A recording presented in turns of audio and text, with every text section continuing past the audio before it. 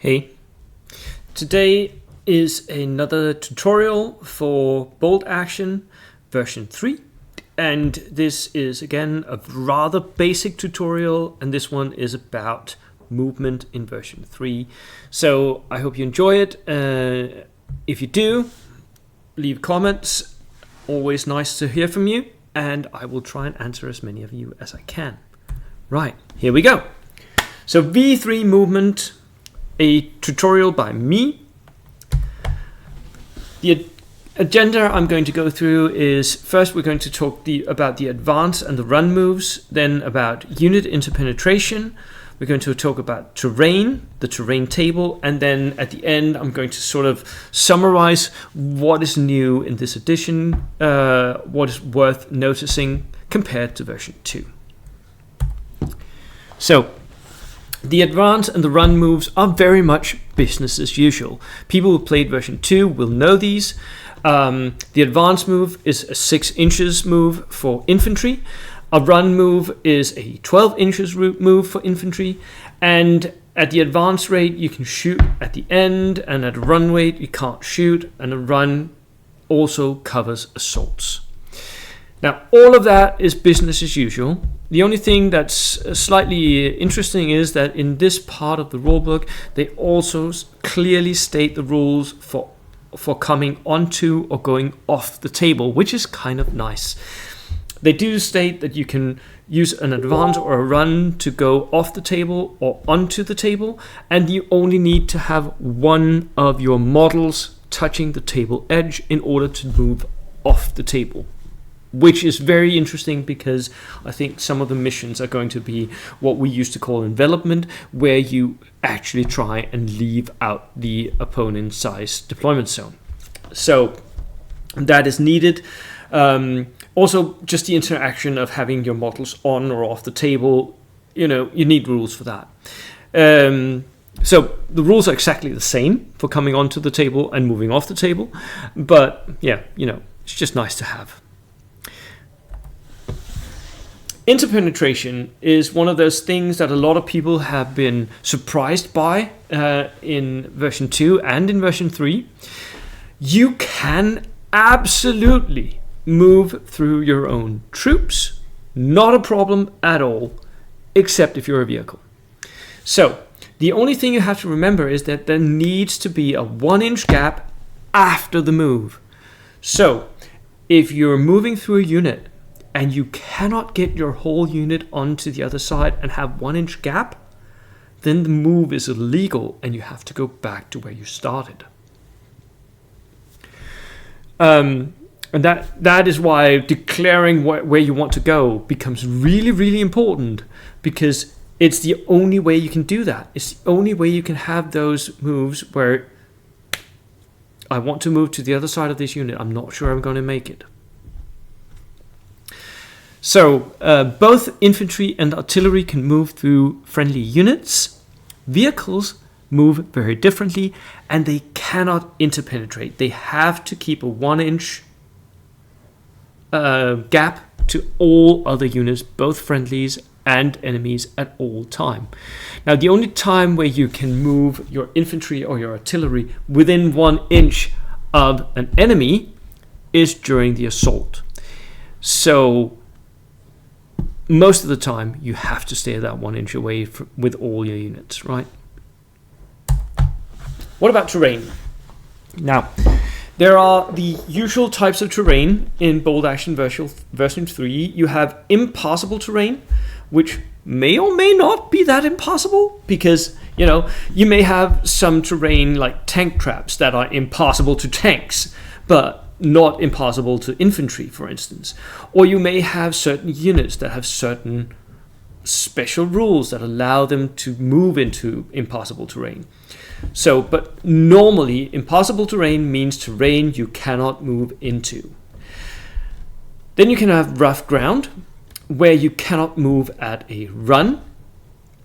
And you can have obstacles that cannot be crossed while running.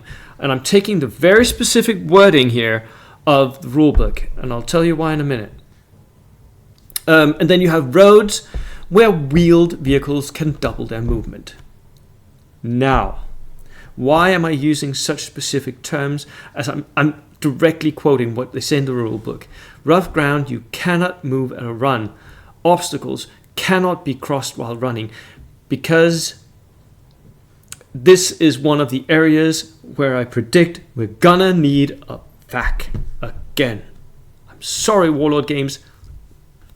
You needed to fix this. Because you absolutely can give an assault order in area terrain, in rough ground, and you absolutely can assault across an obstacle.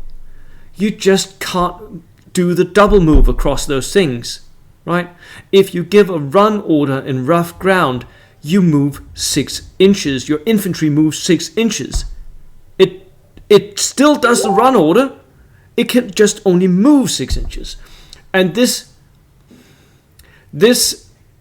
way of formulating this, it lends itself to a rules as written versus rules as intended debate again, and I do not want to have that debate again. It is not helpful. We need this very, very clear, and the rules are clearly intending for you to be able to charge across obstacles. You just can't do the full run. Now, Warlord Games have stated that they're trying to be very specific about their wording on this, and I think it's still not specific enough. People, you absolutely can give a run order to a unit in rough ground, and you absolutely can charge across rough ground and across obstacles. You just cannot do the full double movement. That's like as plain as I can say it. So, yeah. And you guys can yell at me all you want in the comments saying that's not right. I do not believe you. So what's new here? Well, tracked vehicles can run across obstacles. That was one of the things that they actually could do in version 2, but very few people noticed. Please notice it here. They can run through an obstacle, and that includes walls that are actually taller than themselves, which is stupid, I know. But that's what's in the rules. You can run across obstacles if you're tracked. There it is. I would suggest for at least friendly games that you can only run or advance through obstacles that are shorter than your unit is, your vehicle, whatever. Smaller than that, because if it's taller than that, it just makes no sense for your tank to be able to just go through a wall, whatever. And I would also suggest that you remove the wall afterwards, or make a pile of rubble or whatever. Roads have changed. In version 2, your tanks could double their movement on roads. They can't do that anymore. It's only wheeled vehicles. Half tracks and full tracks, nope, no can do. And then there's the wording of a unit undertaking a run action. Again, as I've talked to you about, that just, it's very specific wording, and I don't think it actually is clear enough. I'm sorry. Love the game, Warlord Games. Don't throw me out, please. But I'm not a fan of that wording. It needed to be clearer. And then remember, impossible terrain is not impossible, and is, with mountaineers being a thing, it's less impossible than it used to be. So, yeah, that was it for now, and I will see you in the next video. Cheers.